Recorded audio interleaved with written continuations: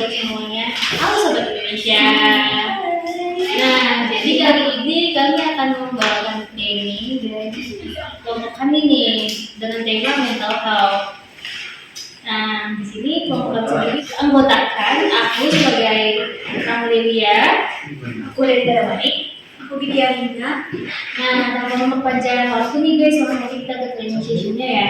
Baiklah, di sini saya akan menjelaskan manajemen dari kelompok kami. Yang pertama itu ada menggali tanda dan gejala kesehatan mental. Yang kedua, mampu mengelola stres dan emosi. Yang ketiga, mampu membangun kebiasaan sehat. Yang keempat, dapat mengembangkan keterampilan komunikasi. Dan yang kelima, dapat mengakses berbagai sumber layanan kesehatan mental. Yang keenam, dapat bersikap empati dan peduli, mampu memberikan dukungan yang taat kepada teman, keluarga, atau rekan kerja yang mengalami masalah kesehatan mental. Yang ketujuh, dapat menerapkan strategi untuk mencegah terjadinya gangguan kesehatan mental, baik untuk diri sendiri maupun di lingkungan kerja atau komunitas. Yang kedelapan, peserta memahami dampak stigma terhadap kesehatan mental dan mampu melakukan edukasi untuk mengurangi stigma di lingkungan sekitar. Dan yang kesembilan yaitu peserta dapat membuat dan mengikuti rencana kesehatan mental pribadi dan yang disesuaikan dengan kebutuhan dan kondisi mereka. Baiklah, di sini saya akan menjelaskan tentang definisi kesehatan mental. Kesehatan mental adalah keadaan sejahtera mental yang memungkinkan seseorang mengatasi tekanan hidup, menyadari kemampuannya, belajar dengan baik dan bekerja dengan baik, serta berkontribusi pada komunitasnya. Ini memiliki nilai intrinsik dan instrumental serta merupakan bagian integral dari kesejahteraan kita.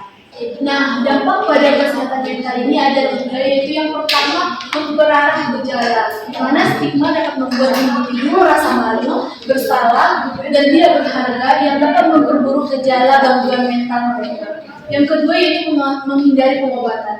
Takut akan stigma dapat membuat individu enggan mencari bantuan profesional untuk gangguan mental mereka, sehingga menunda atau memperburuk kondisi mereka. Yang ketiga itu ada memperbuat sikap negatif. Internalisasi stigma dapat memperkuat keyakinan negatif individu tentang diri mereka sendiri, sehingga menciptakan siklus self-fulfilling prophecy. Oke, selanjutnya kita masuk ke ciri-ciri dari gangguan kesehatan mental. Nah, ciri-ciri dari gangguan itu juga pertama ada merasa sedih yang berkepanjangan, kadang tanpa sebab yang jelas.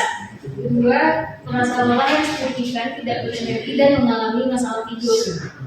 Lalu juga sering marah berlebihan dan sangat sensitif, merasa putus asa dan tidak berdaya, sering merasa bingung, khawatir atau takut, dan memiliki pengalaman yang buruk yang tidak bisa dilupakan, mengalami delusi, paranoia dan halusinasi, merasa sulit untuk berkonsentrasi, merasa takut atau khawatir yang berlebihan atau dihantui perasaan bersalah. Dan yang banyak didominasi saat ini itu banyak orang-orang yang memiliki pikiran untuk bunuh diri. Penyebab dari gangguan mental itu sendiri sebenarnya hampir tidak bisa kita klasifikasikan ya, karena penyakit gangguan mental ini tidak sama dengan penyakit fisik. Jadi faktor-faktor dari penyakit gangguan mental itu ada faktor biologis. Yang pertama genetik. Gangguan mental itu sering memiliki komponen genetik. Jika seseorang memiliki riwayat keluarga yang gangguan mental, maka dia memiliki resiko untuk mengalami gangguan serupa mungkin lebih tinggi. Dan kedua ada faktor psikologis, yang mana trauma dan pengalaman masa kecil. Pengalaman traumatis seperti pelecehan fisik atau seksual, kekerasan dan kehilangan orang tua atau pengabaian dapat meningkatkan risiko gangguan mental di kemudian hari. Lalu juga ada faktor sosial dan lingkungan. Nah, selanjutnya kita masuk kepada tahap pencegahan yang tadi sudah disampaikan, mulai dari definisi dari mental health dan segala macamnya. Sekarang itu ada pencegahannya. Pencegahannya itu faktor penentu kesehatan mental memerlukan tindakan di luar sektor kesehatan, sehingga program promosi dan pencegahan harus melibatkan pendidikan, tenaga kerja, keadilan, transportasi, lingkungan hidup, perumahan, dan juga kesejahteraan. Nah, pencegahan yang dapat dilakukan yaitu seperti pola hidup sehat, manajemen stres, hubungan sosial, dan yang lainnya. Nah, pola hidup sehat tersebut contohnya seperti melakukan olahraga rutin, menjaga pola makan, dan tidur yang cukup, yaitu 8 jam dalam sehari. Nah, itu ada manajemen stres, meluangkan waktu untuk melakukan aktivitas yang menyenangkan, ya. Kita bisa melakukan time, melakukan hal-hal yang kita sukai.